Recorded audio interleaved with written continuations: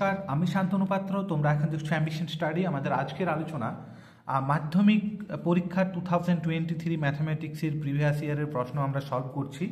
আজকে আমরা সলভ করব 3-এর দাগের প্রশ্নগুলো। এটাকে সত্য অথবা মিথ্যা এটা আইডেন্টিফাই করতে হবে, মানে লিখে দিলে তো হবে না, আমাকে কেন সত্য অথবা কেন মিথ্যা এটা আইডেন্টিফাই করতে হবে।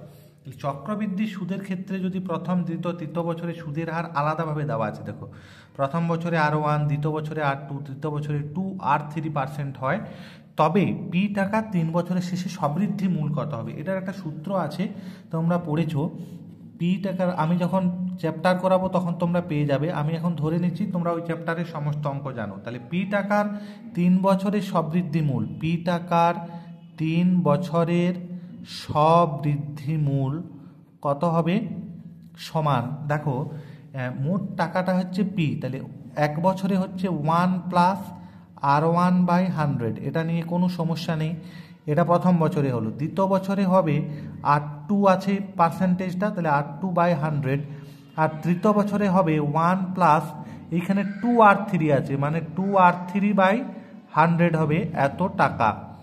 ঠিক আছে, এত টাকা। তাহলে এখান থেকে যেটা আসছে সেটা হচ্ছে এইখানে যদি আমি ক্যালকুলেশন করি তাহলে এইখানে 2 1 যা 2 আর এটা 50-তে কেটে যাচ্ছে, তার মানে এটা আমার হওয়া উচিত ছিল 1 plus R1/100 into 1 plus R2/100 into 1 plus R3/50 এত টাকা। কিন্তু এইখানে কি আছে, R3/100 আছে, এখানে R3/50 হওয়ার কথা, তার মানে যেটা দেওয়া আছে এটা হচ্ছে আমার এখানে মিথ্যা। তাহলে আমি এখানে লিখছি মিথ্যা, এই বিবৃতিটি হচ্ছে মিথ্যা। পরের যে প্রশ্ন সেটা হচ্ছে cos 36 ডিগ্রি এবং sin 54 ডিগ্রি এর মান বলা আছে সমান। আমি একবার দেখে নেব, এটা হচ্ছে পূরক কোণের অঙ্ক। তাহলে কিভাবে করব, cos 36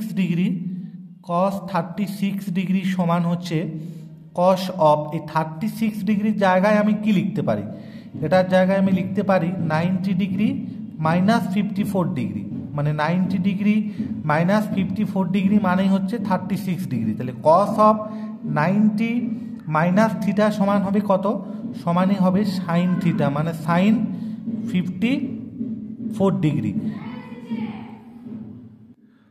তাহলে এখানে cos 36 ডিগ্রি সমান হচ্ছে সাইন 54 ডিগ্রি, তার মানে এই বিবৃতিটি হচ্ছে কি, এই বিবৃতিটি হচ্ছে আমাদের সত্য বিবৃতি। তাহলে এখানে আমরা সত্য লিখছি, তার কারণে দুটোর মানই কিন্তু সমান।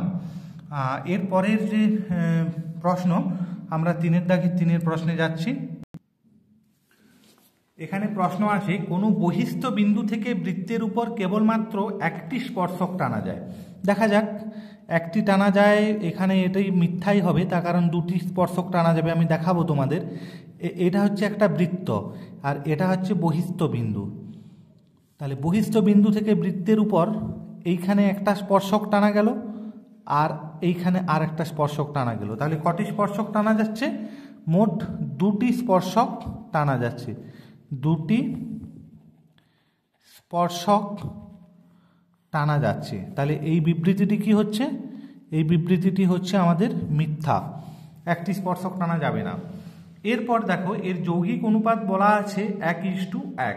তাহলে যৌগিক অনুপাত বা মিশ্র অনুপাত কেমনভাবে আমরা নির্ণয় করব, যৌগিক অনুপাত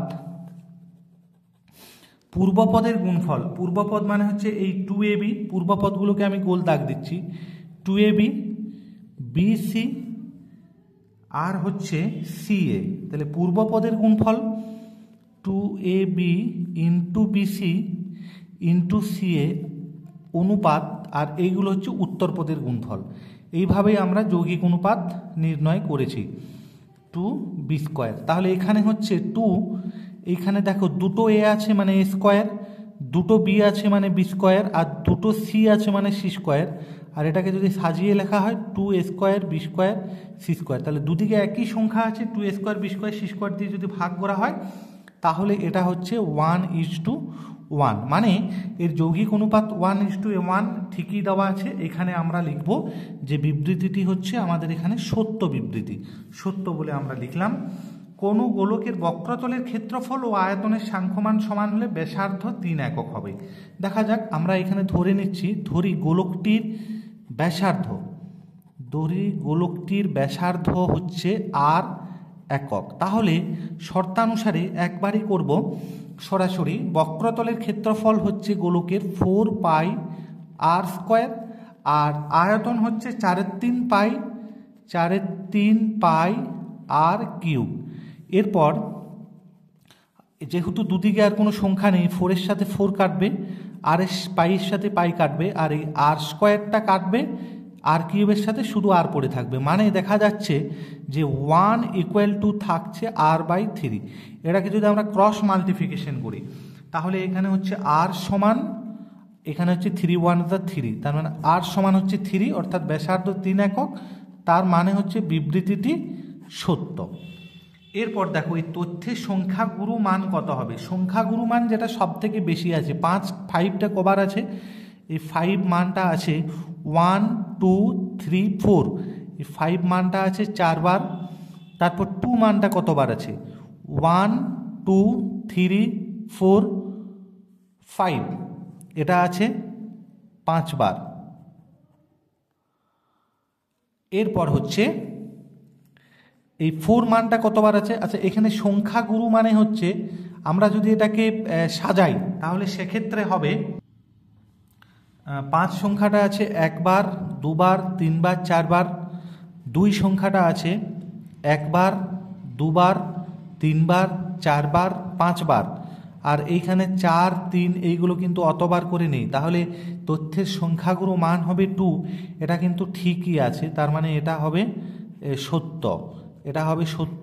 যে সংখ্যাটার মান বেশি থাকবে, মানে পরিমাণে যে সংখ্যাটার মান বেশি থাকবে, পরিসংখ্যাটা, সেটাকে আমরা বলবো সংখ্যাগুরু। মানে প্রদত্ত তথ্যের এটাকে ঊর্ধ্বক্রমে তোমরা সাজিয়ে নিতে পারো। যদি এটাকে সাজানো যায় তাহলে হবে 2 2 2 2 2 2। আচ্ছা সরি, এইখানে একটা আমি ভুল করছি, এইটা সংখ্যাগুরু মানটা কিন্তু দেওয়াই আছে অলরেডি 2টা। তাহলে এখানে 5টা আছে 1 2 3 4, আর 2টা আছে 1 2 3 4, এটাও 4 বারই আছে। কিন্তু এই দুটোর মধ্যে যেহেতু 5 এবং 2 এখানে একটাই দেওয়া আছে, তাহলে সংখ্যাগুরু মানটা হবে 5 এবং 2। তাহলে এটা মিথ্যা হচ্ছে। আমি এই 2টাকে ধরে নিয়েছিলাম, আমি অঙ্কের মধ্যে এই 2টাকে ধরে নিয়েছিলাম, এটা সংখ্যাগুরু মান হবে 2 লেখা আছে। তাহলে এখানে সংখ্যাগুরু মানটা হচ্ছে 5 এবং 2 দুটোই, সেই জন্য এই বিবৃতিটা কিন্তু মিথ্যা হবে। আশা করি তোমাদের বোঝাতে পেরেছি। ধন্যবাদ ভিডিও দেখার জন্য। যদি তোমাদের ভালো লেগে থাকে লাইক শেয়ার কমেন্ট করবে। নতুন যদি তোমরা আমার চ্যানেলে কেউ থেকে থাকো অবশ্যই চ্যানেলটি তোমরা সাবস্ক্রাইব করে নেবে। ধন্যবাদ।